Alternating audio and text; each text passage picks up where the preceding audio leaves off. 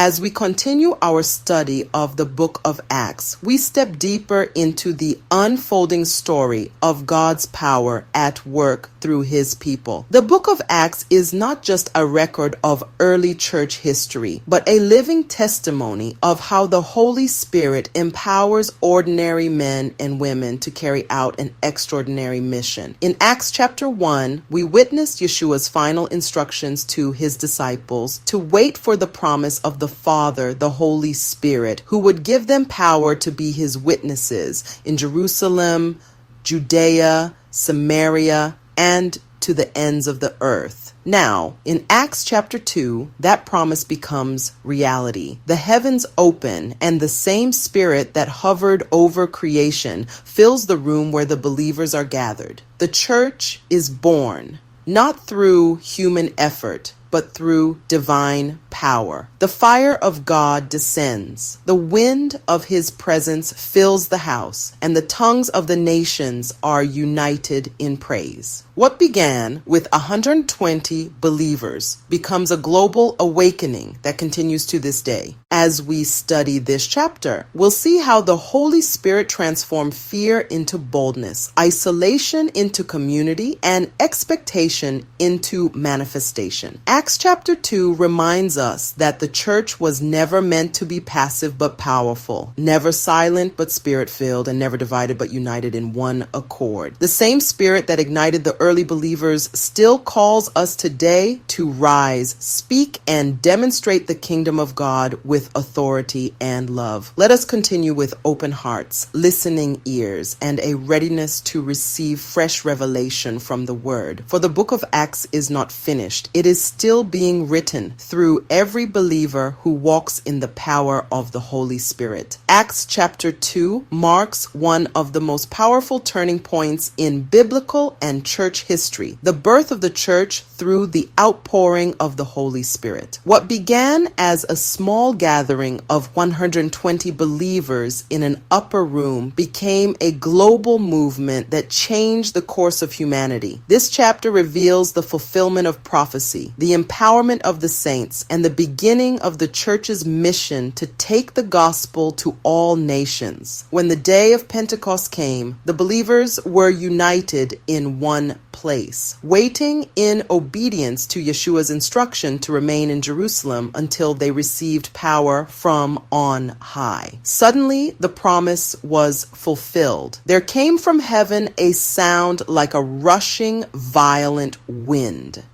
and it filled the whole house where they were sitting. Then tongues resembling fire appeared and rested on each one of them. They were all filled with the Holy Spirit and began to speak in other tongues as the Spirit gave them the ability to speak out, as written in Acts 2 verses 2 to 4. This event, known as the Day of Pentecost, symbolizes divine empowerment, unity, and supernatural communication. The fire represents purification and the presence of God, while the wind symbolizes the breath of life, the Spirit animating and igniting the church. At that time, Jerusalem was filled with devout Jews from every nation for the Feast of Pentecost. When the disciples began speaking in different tongues, each person heard them declaring the wonders of God in their own language. This miraculous sign showed that the gospel was not confined to one culture or nation. It was for all people. Yet, even then, some mocked and accused the disciples of being drunk, showing that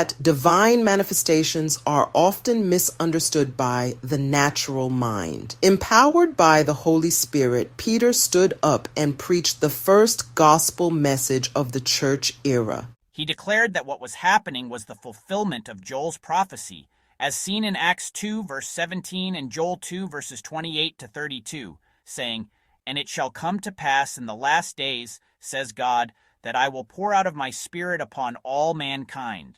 Peter proclaimed that Yeshua, whom they crucified, was indeed both Lord and Messiah. His sermon connected prophecy, history, and the resurrection, revealing God's redemptive plan in full. This moment marked Peter's transformation from a man who once denied Christ to a bold apostle and witness to his resurrection. Convicted by the word, the people cried out, "What shall we do?" Peter replied in Acts 2, verse 38, "Repent and be baptized, every one of you, in the name of Jesus Christ for the forgiveness of your sins, and you will receive the gift of the Holy Spirit." That day, about 3,000 souls were added to the church, the first great revival following the resurrection. The number 3,000 also mirrors the 3,000 who died at Mount Sinai when the law was given. The giving of the Spirit restored what was lost under the law, ushering in grace and life. The chapter ends by showing what true kingdom community looks like. Acts 2 verse 42 says, "They continued steadfastly in the apostles' teaching and fellowship, in the breaking of bread,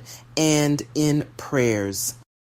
They shared all things in common, cared for the needy, met in homes, worshiped together, and experienced continual growth as the Lord added daily to their number. This was the blueprint of the early church, a spirit-filled, united, generous, and prayer-centered community. The key themes in Acts chapter 2 include the fulfillment of God's promise, empowerment for witness, unity through the Spirit, and the global mission of the church. The Holy Spirit's outpouring fulfilled God's promise through the prophets and Yeshua himself. The Spirit empowered believers to become bold witnesses to all nations. True revival was sustained through teaching, community, prayer, and generosity. From this moment forward, the gospel was destined to reach the ends of the earth. Acts chapter 2 is the birth of the church, the baptism of power, and the beginning of global transformation. The same Spirit that filled the believers on Pentecost still empowers God's people today to preach, heal, prophesy, and live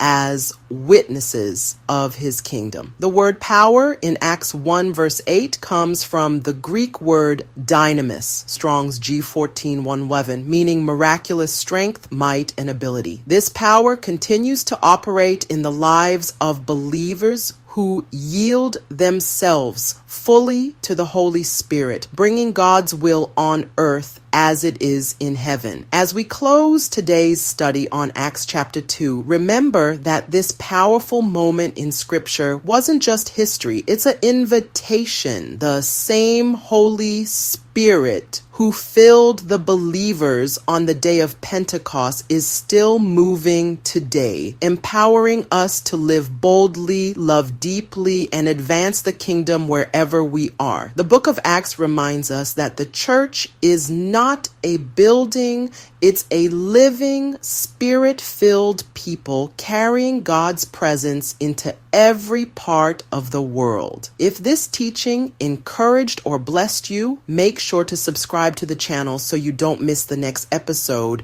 as we continue through the book of Acts. Take a moment to like, share, and comment below with your reflections or what stood out to you most. Your engagement helps spread the message of the gospel to others who need encouragement in this season. Until next time, stay filled with the Spirit, stay grounded in the Word, and remember, you are part of God's ongoing story in the book of Acts.